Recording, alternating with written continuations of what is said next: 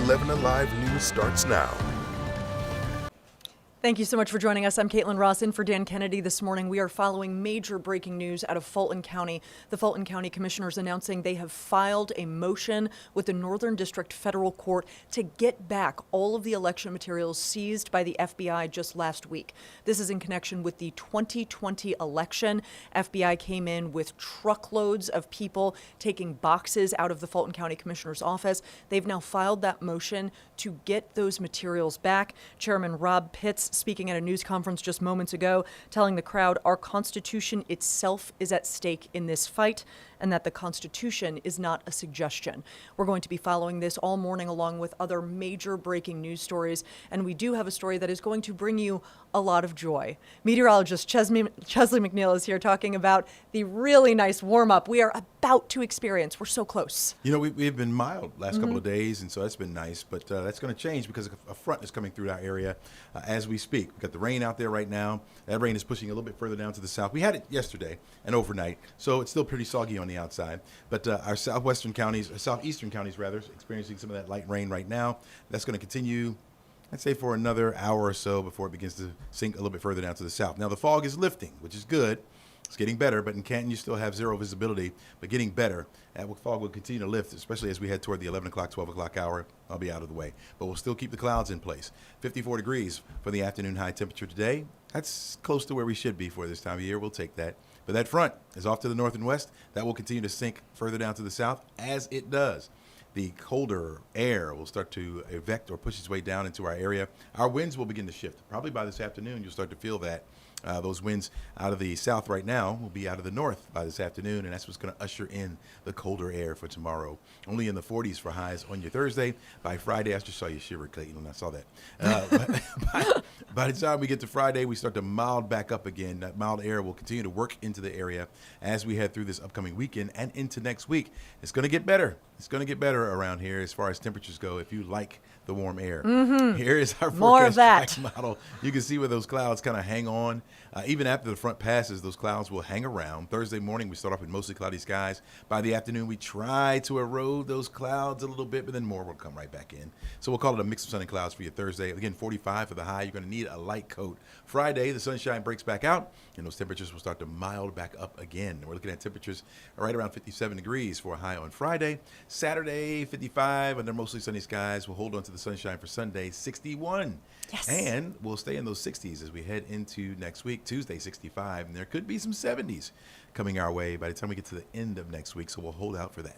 I am definitely holding out for that. I really like in your graphics how the mild comes. It's like moving towards us. I really like that. You like that? I'm like, come on. Yeah. Come on. Come on. Yeah, you're reeling it in. You're reeling it in. Yes, I love it. Yep. Thank you so much, No Chesley. problem. Really Take care. appreciate you joining us. I know you have had your eye on the weather for a long time. We've had some nastiness here in Georgia. Thankfully, the good news is coming in. The nice weather is coming in. We are following so much news across Georgia here in Atlanta today. We've had producer Reems Landreth looking at all of the feeds. And Reems, what are you seeing out there? I know you're watching so many different breaking news stories. Lots going on. Tom Homan, the border czar, was speaking in the last hour. We'll bring you some of his sound a little bit later this hour. Marco Rubio about to speak on some mineral rights. We'll bring that to you, a portion of that. But right now, I think we should get out to the Tara Baker trial. If you want to refresh them on what's going on there. Yeah, Tara Baker trial is a huge story here in Georgia, a 2 decades old cold case.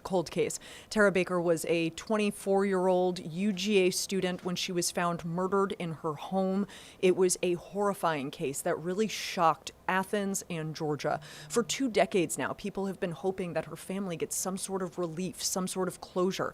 And now, years later, DNA evidence has brought a suspect to the forefront. We've been following this trial nonstop, and we want to take you out live to what's going on at the trial right now. Oxygen in that living room, in that space. But if the fire doesn't have access to additional air or additional oxygen, it becomes ventilation limited, meaning the size of the fire is dictated by how much fresh air we can get into that space. And with an open door or breaking a window or something like that, fires generally don't do as much damage and sometimes go out on their own. As it relates to the Kinston tests, how did y'all set the fuel factors and the ventilation factors in that case? So we were really just trying to get fires that developed very quickly. We had fuels that were readily ignited. I think we had a stuffed chair. We took wood pallets. We stuffed polyurethane foam in them.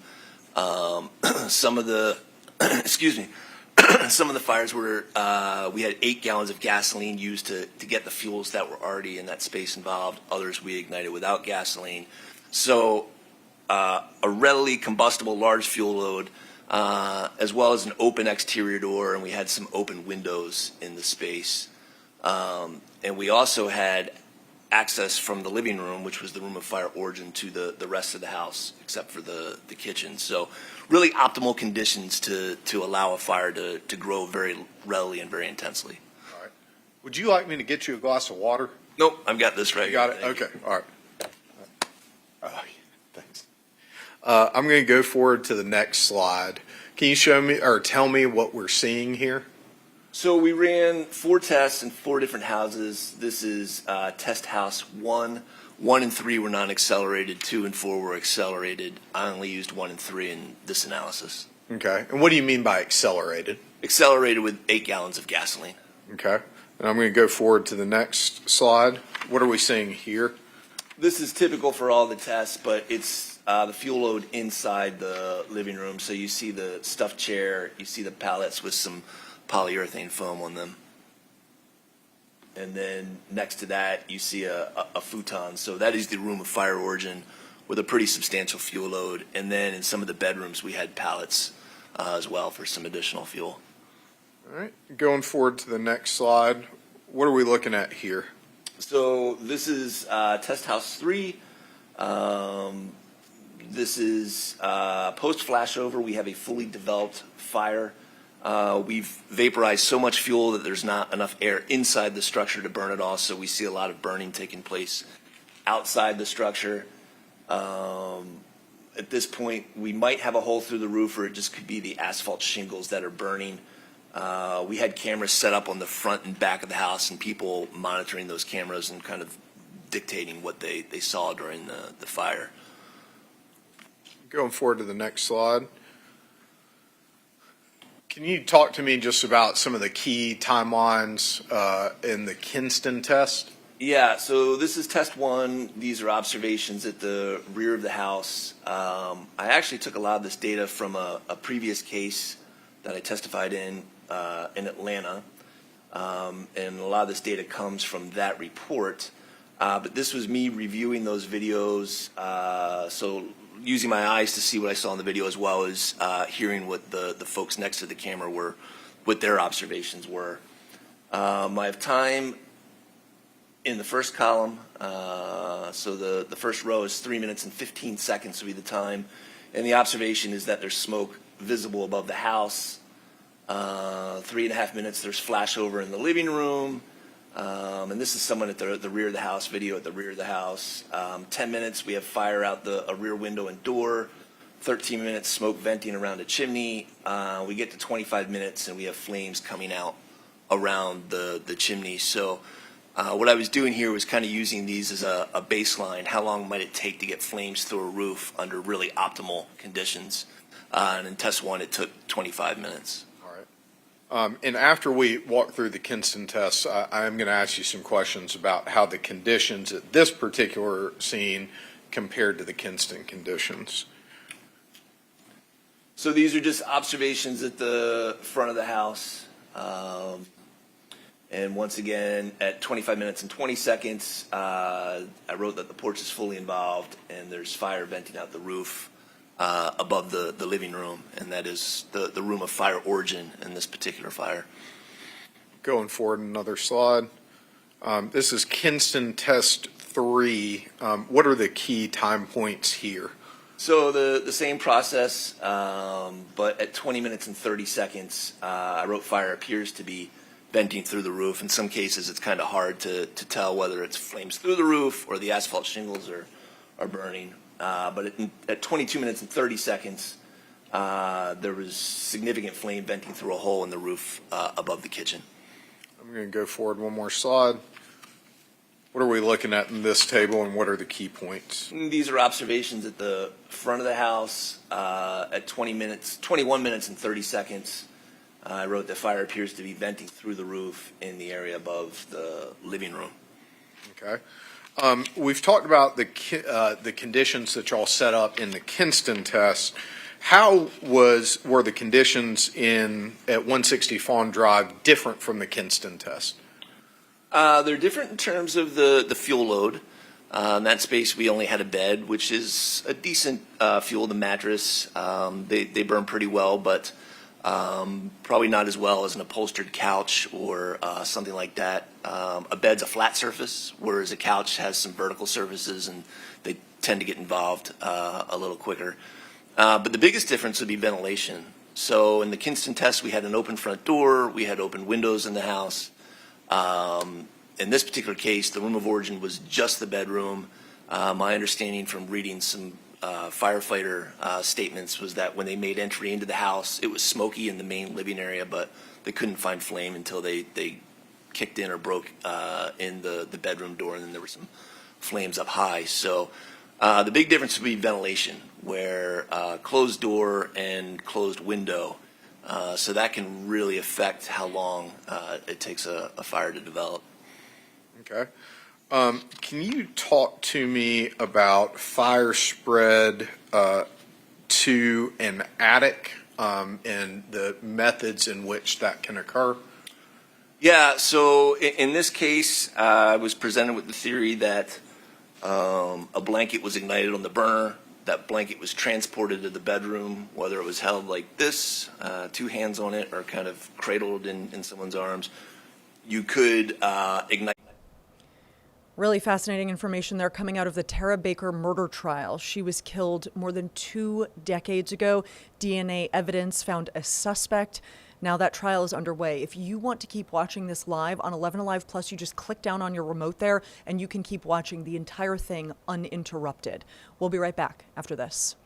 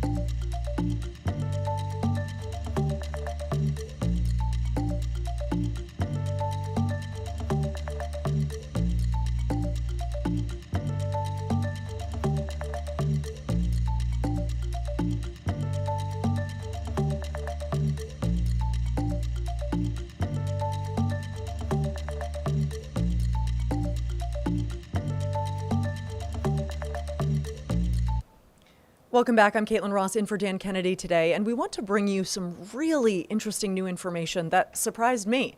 I am a Georgia parent, and when I heard about this study, I was really surprised. Gun violence has now emerged as the leading concern among Georgia parents, according to a latest statewide poll from the Emory Center for Child Health and Policy. Joining us now to break down this new poll is Stephen Patrick, a professor and chair of the Department of Health Policy and Management at Emory University. And Professor, this was surprising to me. I have 2 kids, 8 and 5, and when I heard the results of the study, I was like, oh, wow, that's interesting. Can you give me your reaction when you looked at these results? We were surprised too. Consistently, we've seen education and school quality as the top concern for parents. What we saw this year, and we polled Georgia parents. So this is representative of Georgia parents. We use census data to make sure it actually represents Georgia parents. What we saw this year was this increase in parents' concern about gun violence. And I do think that's really interesting and sort of talks a little bit about what parents are experiencing. Yeah, Professor, can you talk about how that relates to how parents feel about safety? I mean, gun violence being the number one concern should raise some alarms. It should. We also know that deaths from guns is the leading cause of death for children greater than age 1 nationwide, and in Georgia as well. And Georgia has a higher than national average rate of children dying from firearms. So this should gather our attention. So what parents are responding to are what they're seeing as well. And so as we think about solutions for this, we do know there are things that parents can do. We know from some of our previous work that about half of Georgia parents own firearms. What parents can do is just simply keep your firearms safely stored. And that alone can help really reduce the risks. That's such an important point and something that I talk about with my mom friends a lot. It's having this conversation with other families about, does your family own a gun and do you keep it safely stored? I ask questions for a living, and that still makes me feel a little bit uncomfortable. Can you talk through how people can have that conversation in a way that doesn't make them cringe, but make sure we're hitting those really important safety points? I agree. I'm a parent of 2 girls, and it can be an awkward conversation. But we do know, again, like when your child goes to a play date or goes to someone else's house, there's a 50% chance someone has a firearm in that house. And so the way I recommend it, and the way I have conversations with my kids, just, hey, I ask everyone this question. Do you happen to have a firearm in your house? No problems with that. But is it safely stored? That feels awkward, but we know it's important. Where most kids die from firearms, or when firearms are not safely stored at homes. So that's where toddlers get access to firearms. It's for where adolescents can get access to firearms too. So it's a really critically important thing to do, even though it can feel a little awkward as a parent. Yeah, you got to push through that, especially on an issue as important as gun safety. Now, education and school quality dropped as a top concern. Do you think parents are feeling less worried about schools or just more worried about safety? It's a great question. So we do know from last year to this year, we see a drop and parents rating that in their top 3 concerns. But notably, it's still about a third of parents. So we see 3 things really grouped together this year: education and school quality, gun violence and social media, and experiences on social media. I think what this tells us is that parenting is complicated in 2026. There are a lot of challenges we all face as we walk through parenting, and they're all chief concerns. Ugh, parenting is so complicated. I love that you said that. Because even for an expert like you, it's still hard. I do want to ask about social media because that's a concern that I have as my kids get a little bit older. What are you hearing from parents and how can they have proactive conversations with their kids? Well, just last week we released some data on social media and the time that kids spend on screens. For kids in high school, it's nearly 5 hours a day. Jeez. So as parents, I think what we have to do is proactively monitor that. I know in our house, we have some rules for our teenagers around their devices. One is that electronic devices have to stay downstairs where they don't have access when they go to sleep. And we have restrictions on the internet in the house where there's certain platforms that you just can't get to and the internet cuts off.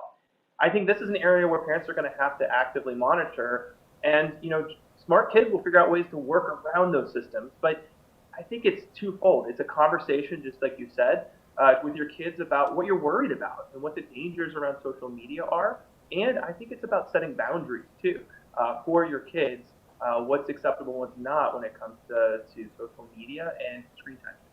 I love that. And then just lastly, as you look at these results, what should policymakers be concerned about as they're going through this study?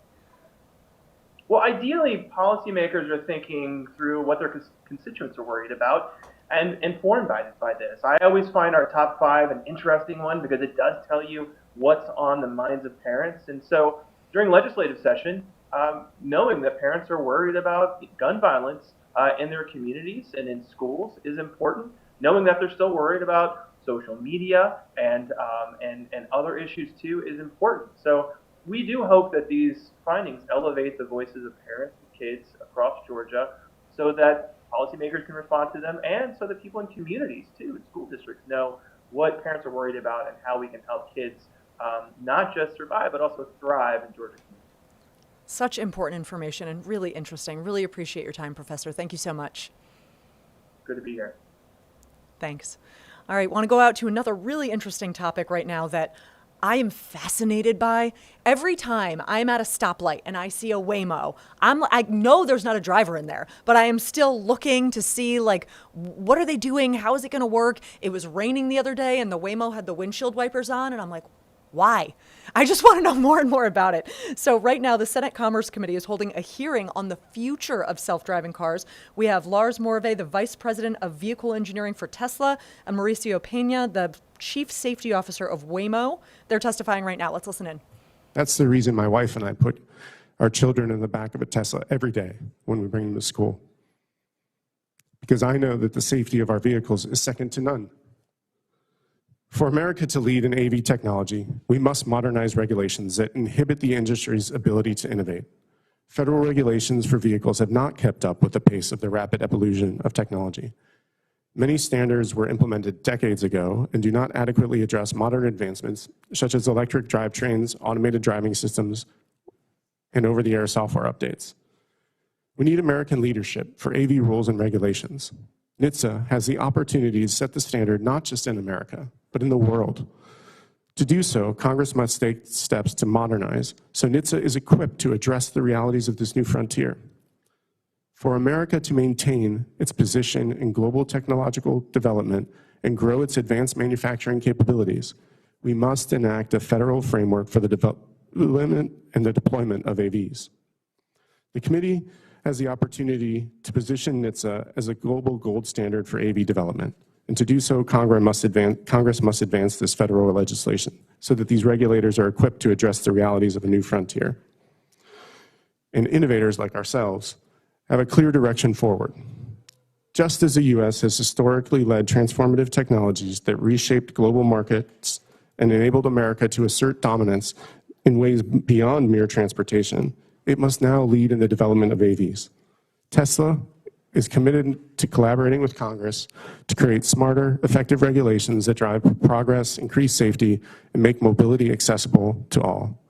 Thank you for the opportunity to testify today. I look forward to questions about Tesla's role in advancing the American AV industry.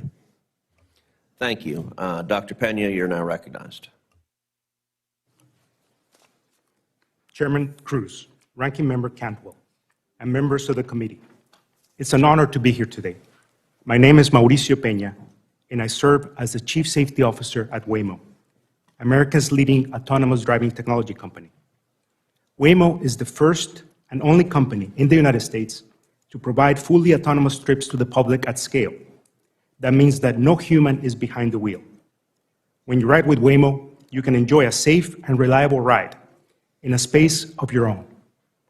Thank you for the opportunity to discuss why autonomous vehicles are not just a technological marvel, but a moral and strategic imperative for the United States.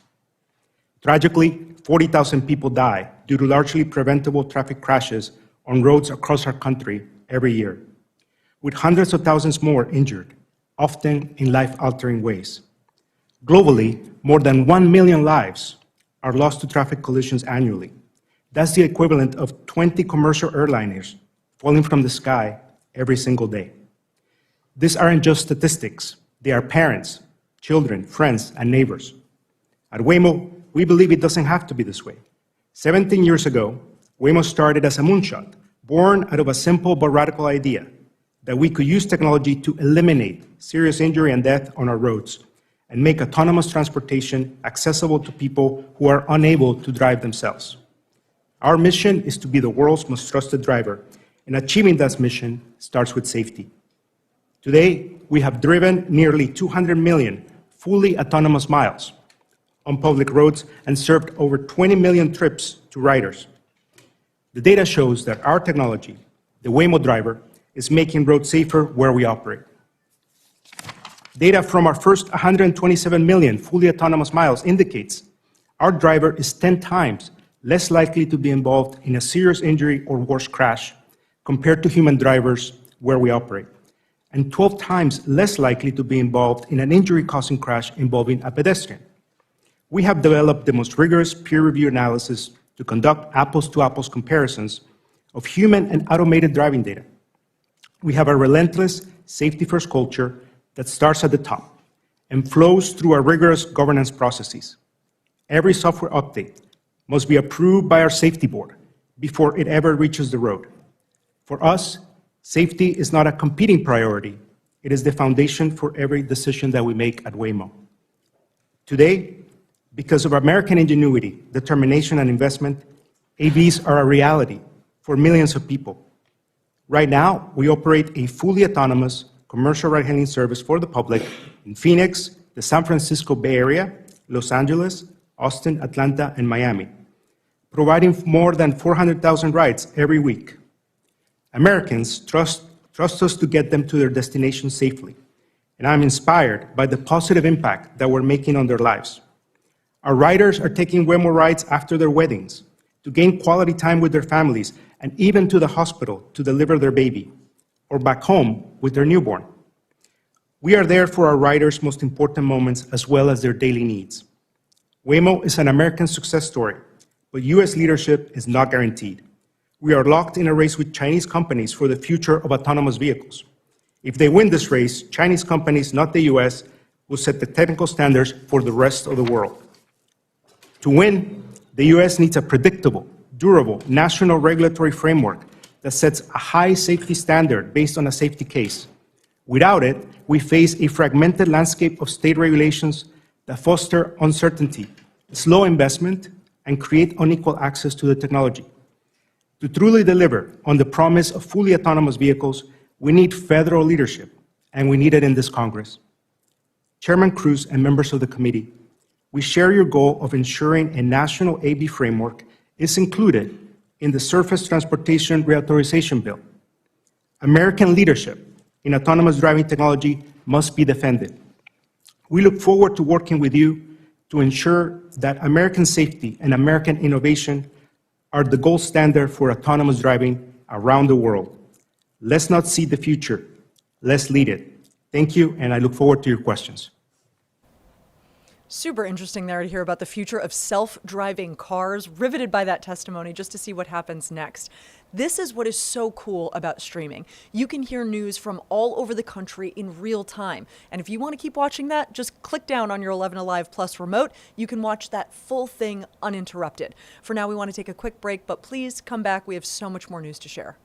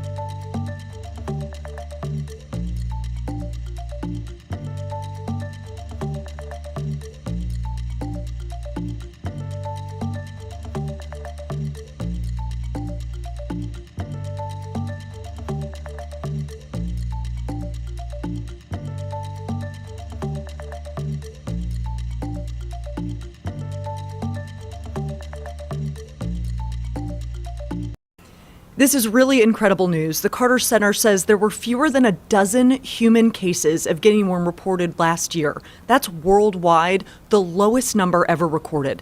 Joining us now to explain how we got here and all the work that went into it is Adam Weiss. He's the director for the Carter Center's Guinea Worm Eradication Program. Thank you so much for being here, Adam. We really appreciate it. Thanks for having me. Now, 10 cases worldwide in 2025. This is an incredible accomplishment. It's the lowest number ever. Can you put that number into perspective for us? Why is this such a historic moment?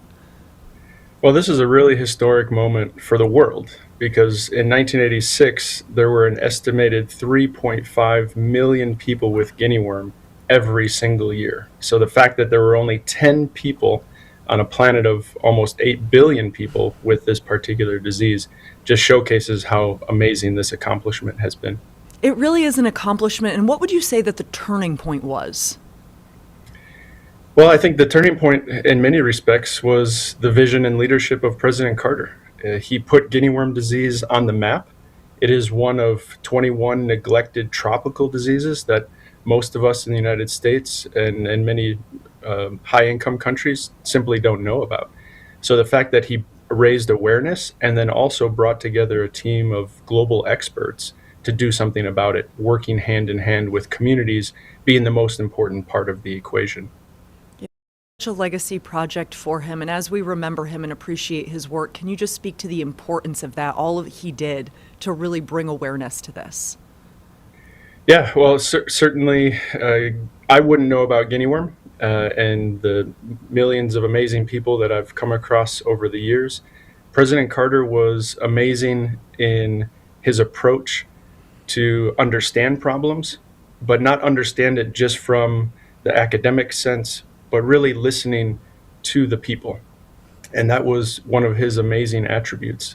There's a lot of clips of him traveling around the world, and oftentimes people might say, oh, it's a photo op. There was never a photo op for President Carter.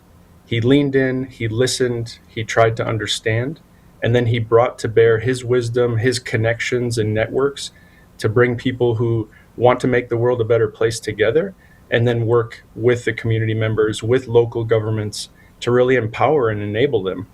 It was never about his legacy. It was always about the legacy of the people, taking care of themselves, solving their own problems, but knowing that at times they need a little bit of assistance. Really beautifully said. I love that. For people who aren't familiar with guinea worm disease, can you just talk about the impact that just one case can have on a person, a family, a community? Yeah, I hope nobody's eating food right now, particularly spaghetti, but it is a 3-foot long parasite worm that comes out of anywhere on the human body, and it can take 4 to 6 weeks for that 3-foot long worm to be extracted from the body. So you can imagine if you have this worm coming out, you can't walk properly, you lose your appetite, kids aren't going to school, people aren't going to their farms. Guinea worm is often known as the disease of the empty granary because people were not able to farm their fields and provide food for their families. So just one case can mean devastation for their family and even for their communities. And so it's really important that even though there are only 10 cases, we still have to lean in and do everything we can to prevent the disease from coming back again. And I would just note that through the campaign, there's been 100 million people prevented from getting guinea worm disease, which again kind of talks to the scale of this global initiative. Yeah, that really does speak to the scale. You said there are 10 cases, though, worldwide. Why are those final cases so difficult to eradicate? Well, most of the cases are found far beyond the end of the road. There's a dearth of infrastructure in many of the countries where guinea worm still exists. And so just making sure that there are basic services for the people is a challenge. It would be a challenge for any government, given the context. There's often internal insecurity, civil war in places like Ethiopia, in South Sudan, local insecurity. Again, can make it difficult even for community members to do their part to educate each other about the disease, to distribute cloth filters and pipe filters to help prevent infection. And so it just makes it really challenging for anybody to operate in those environments. Yeah, that sounds really difficult. And I know another difficult layer of this has been animal infections, particularly in dogs. That's become a major challenge. How did that change the strategy, and why is stopping animal transmission just as important? So it was definitely a game changer, but not a game ender, in the sense that it wasn't something that the global programs had seen on a large scale. There were errant reports of a dog infection at a time, but then once it went away in humans, it was gone. But in Chad in 2012, we started to see annual infections in domestic dogs in particular, and it really forced the national programs and the global program to reset our own thinking about how we approach the disease. Historically, it had been a human-centric disease, but now we had to look at it from more of a broader, holistic One Health paradigm. And so that made us, again, understand the ecosystem, the ecology of how the disease functions, but also the human behavior and how that's interrelated with animal behavior. And so designing interventions hand in hand with communities that could address transmission from dogs entering water. How are you going to prevent that from happening in a village where people don't tie up their dogs during the day or at night? They're just kind of free roaming around the community. And so it required a lot of behavior change and a lot of discussion and understanding about the nature of the disease, which again forced us to all reconsider how it operated. But more importantly, the communities had to rethink their own approach to the disease. Yeah, it just sounds like there's so many moving parts there, so many different things to consider. And this really relies heavily on community-based volunteers. So can you talk about how important that trust is in the community in really eradicating this disease? Yeah, I think we've seen on the global health landscape here in the US and around the world, if you don't have trust, you really have nothing. And with guinea worm, it's the same scenario. If communities don't believe you when you're sharing information, when you're engaging in discussion, they question whether you're following through on whatever your commitments were, they're not going to uphold their end of the bargain. So it's fundamental to the work that we do. Certainly, I personally believe it's fundamental to humanity that we rebuild trust with each other and with ourselves about how we're approaching the challenges that we face, both near and far. Yeah, such an important point there. The World Health Assembly passed a new resolution in 2025 to really help accelerate eradication. Practically speaking, what does that resolution mean? How does it help? The resolution really reflects the high-level political commitment to eradicating guinea worm. Again, it's very easy for us to say there's only 10 cases, let's move on to the next thing. And that generally makes sense. But with a disease like guinea worm, it will come back if not addressed fully, because there has not been adequate development across many of the communities that still have guinea worm. It will thrive in those environments. And again, it's a parasite. It wants to survive. So it's going to do whatever it can to maintain its life. And so that commitment that the heads of state, the ministers of health made back in May 2025 really enshrined their vision. It's no longer just President Carter's vision. It's no longer even the community members' vision. It's the entire government of these nations to say, let's get it done. And other countries around the world are saying, hey, we're behind you 100% to see this through. And so the support that other nation states from around the world, whether fully aligned with all the global politics that are occurring now, they really coalesced behind this particular mission. Yeah, I love that idea of really working together and making this be a partnership. What would getting to zero mean? When I think about it, it's not what it means to me. It's what it means to the people that didn't have to get guinea worm disease. So the 100 million people we were talking about earlier, they never have to know what it's like to have that 3-foot long worm coming out of their body. And even with that, a person can have multiple worms in a given year. The most on record is about 86 or so worms in one person in 1 year in Nigeria. So imagine the pain and suffering that they endured. So what this means, if we get to zero, when we get to zero, it is that we never have to think or worry about guinea worm disease ever again, just like we did with smallpox. And certainly our sympathies go out to Bill Foegge's family after his recent passing, who was a champion not only of smallpox eradication, but also Guinea worm eradication, amongst so many other things. Yeah, such important work being done there, and I love that you said when we get to zero. Thank you so much for all of your hard work. We really, really appreciate you joining us here today. Thank you so much. We appreciate you as well.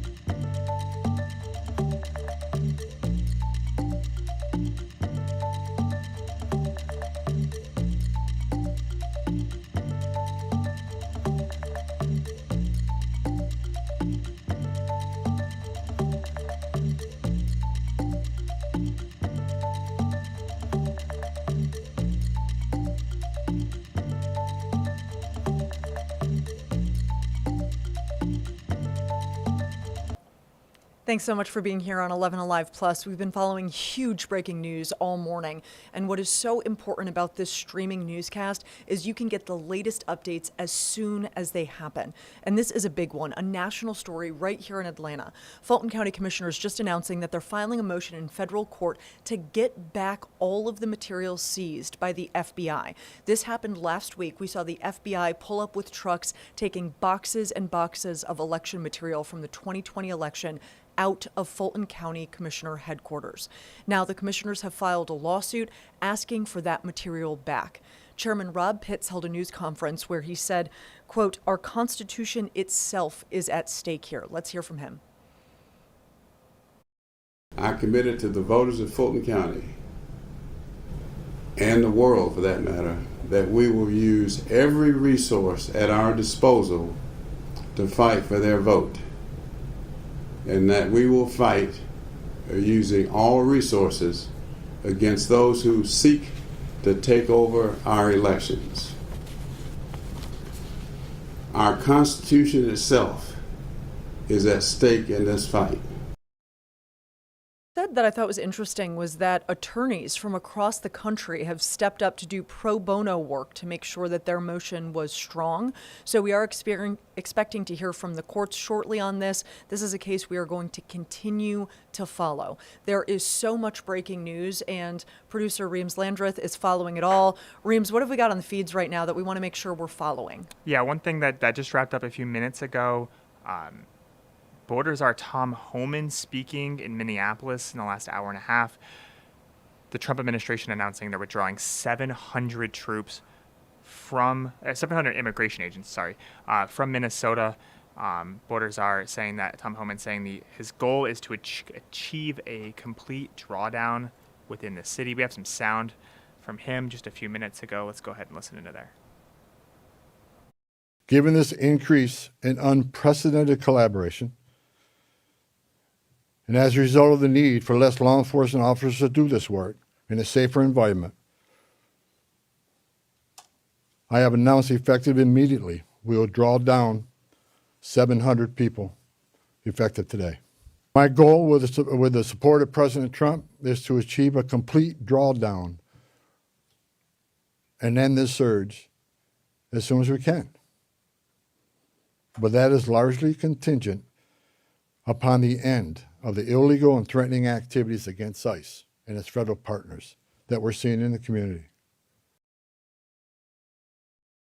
That's Border Czar Tom Homan in the last few minutes there. He also reiterated immigration efforts will continue, that agents are not solely targeting, and that agents would not solely target undocumented criminals, is his words. Lots going on there, as we just heard from him. We'll keep you updated on that and other breaking news around the country as it comes in. We've heard so much breaking news today, especially about Fulton County. The news out of Fulton County that the commissioners have filed a federal lawsuit asking for the information back. FBI agents seized documents upon documents from the federal county commission building related to the 2020 election. Now the Fulton County commissioners are saying they want all of that material back. So we're going to continue following that case. We want to make sure we keep you up to date on the very latest with that. We're going to be right back.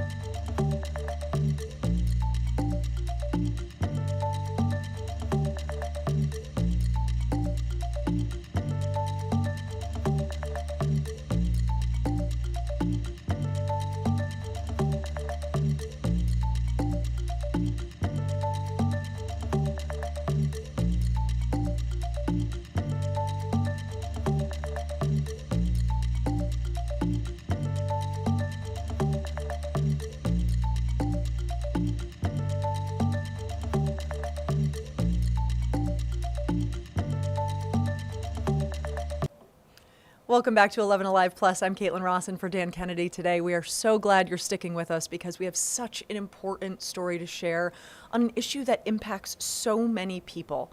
In the battle against Alzheimer's, organizations from all over Atlanta are armed with a mic and a message. The battle for the brain pits 10 teams against each other, aiming to raise millions of dollars for Alzheimer research. This is so important and impacts so many families. I'm so grateful to have 11Alive's Joe Ripley here to talk about this really cool new initiative that's making an impact. This is so much fun. It's turning, a problem and a deadly disease into performance, into progress for scientific research, raising awareness, raising funds. Battle for the Brain. It's almost like American Idol, this lip-syncing competition, pitting 10 teams against each other, more than 100 volunteers, 200 performers putting this on. And the performers have to go in front of 1,500 people. Celebrity judges are involved, Caitlin. I love it. All of these efforts to really raise awareness, like I said, for Alzheimer's. But in the last decade or so, Caitlin, it's seen a lot of progress. Let's show you a behind-the-scenes battle for the brain. Yes. Susan Watson and Michelle Rooks are bonded by friendship. They're also bonded by a disease. Susan and I are both personally affected with our moms, and we saw how isolating and just heartbreaking the disease was. The two started a Facebook group in 2017 called Daughters Against Alzheimer's, a way to connect to communities struggling with an incurable chronic disease. We can lock arms and not just focus on the sadness, but kind of create joy from that sadness and do something with it and make an impact. That bold impact happens every year with Battle for the Brain. The lip-syncing competition aims to raise awareness and funds, flip the script on Alzheimer's, unite people together, and move scientific research forward. I've been Gene Simmons. I have been Slash from Guns N' Roses. I have been part of the Bee Gees. Max Hillsman performs in the hopes of finding prevention of a disease that took his grandmother and father-in-law. It's very promising to see the advancements in research and in testing. Last year, Battle for the Brain raised $1.5 million. It's funded advances like blood biomarker testing, which can help detect Alzheimer's and lead to earlier intervention. My mom said, scream from the rooftops about this. And whether they're screaming or singing, the message from these daughters is clear. Don't hide it. Go to the doctor, tell a loved one, share your story, get it out there, and that's going to help us make even more of a difference. That's what it's all about. It's about making a difference. Again, $1.5 million raised from last year's Battle for the Brain. This year, the goal, Caitlin, is to raise $2 million. And since 2017, this event has raised more than $7 million. Those proceeds benefiting Emory University's Goizueta Alzheimer's Research Center. That is incredible. Such an amazing impact and so much fun while doing it. I think the hard part about talking about Alzheimer's is it is so difficult. It is so personal. It's so isolating. And so to bring this into a really social thing that's fun and it uplifts the community, I think is so important. I love that it brings so many people from different walks of life together. Max is with Morgan Stanley. He's trading in his numbers for a microphone. Right? How often do you see, Jim from accounting coming out and dressing up as Elvis on stage? Everybody from Usher to Elphaba, that you get to see these acts people really let loose, and it's for a great cause. I love that, Alzheimer's does touch so many people, but they're not letting that, like you said, keep them isolated. They are taking their message forward and making noise for a cause. I must know, if you were in the competition, what's your song? What are you going to sing to? This is like asking, what's your favorite karaoke? Well, for you, yeah. Corporate buy-in. The Atlanta Falcons cheerleaders are involved. Yes. Our own Tiffany Pittman has been involved in Battle for the Brain as well. This is really special. It's happening tomorrow. You can find out more 11alive.com. But what about you, Caitlin? I'm curious. What would your act be? It's the rhythm of the night. The night. Wow. I'm going like anything 90s. I feel like you've been practicing. I may have been practicing in the shower. I love a good song. If you only knew what the breaks look like here. We should keep rolling. We should keep rolling in the breaks and just see what happens. Full on competition as soon as we toss a break. What do you think, Reems? What's your song? I'm down. Sure. What is my song? Yeah, I don't know. Come on. Man of La Mancha? What do you got? No, I saved the performance for the fiance. I let her take care of that. All right, we need a wedding performance video. Thank you so much. We really appreciate it, Joe. Love being here. Thanks, Caitlin. Thank you. All right, we want to go back out to a federal hearing that's happening right now on self-driving cars. I know you've seen them. You have a lot of curiosity, and so lawmakers want to know about it too. Let's listen live as they testify in a Senate committee. Evaluate. And I would say that we are very eager to participate as Congress, as this committee takes on future data privacy discussions. We absolutely want to be a part of that process. Yeah, and I would point out we've got good actors at the table today, but as industry grows, you'll have people who may not take good care of that data. You may have data breaches. And I just think it's something that's very important for us to consider. We talked just briefly before the hearing about Utah. Utah would love to be a leader on this. We have the Olympics coming.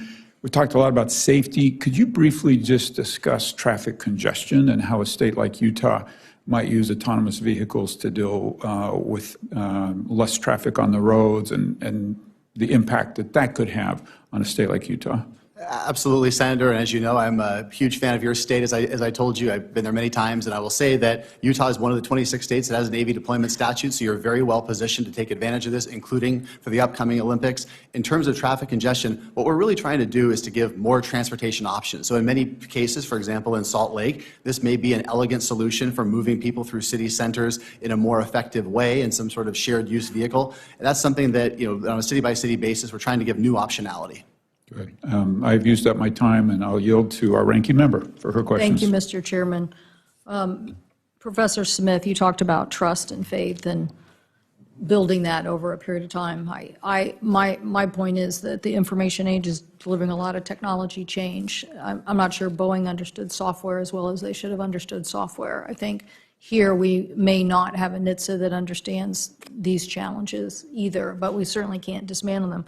And we need to have people, when it comes to AI or privacy, we need people in the federal government who are going to understand the issues. Otherwise, we're not going to do a good job. So I think that's part of building that trust and faith you're talking about, because you're going to continue to repeat issues. Not everything is going to be known. You're still going to, again, there's a difference between a beta program and a large-scale program, and then something else you find out happens. So I'm trying to get to this point because we have these, we have an autopilot issue. I mentioned a constituent of mine, Mr. Nissen, who was run over. He was on a motorcycle, and he was run over by a Tesla car on autopilot that the family is saying did not detect the motorcycle. This isn't like blaming it on the people who were supposed to be in the car, although that is a pretty big debate, that did the term autopilot mean something to the users of Tesla, and then they're responsible. But I think the family in some of these cases, there was a case in Florida where they basically are saying, no, it's still negligence because of the way autopilot was marketed. I'm assuming, Dr. Pena, you like this binding arbitration that your users are under now? That they sign an agreement, and then if something goes wrong,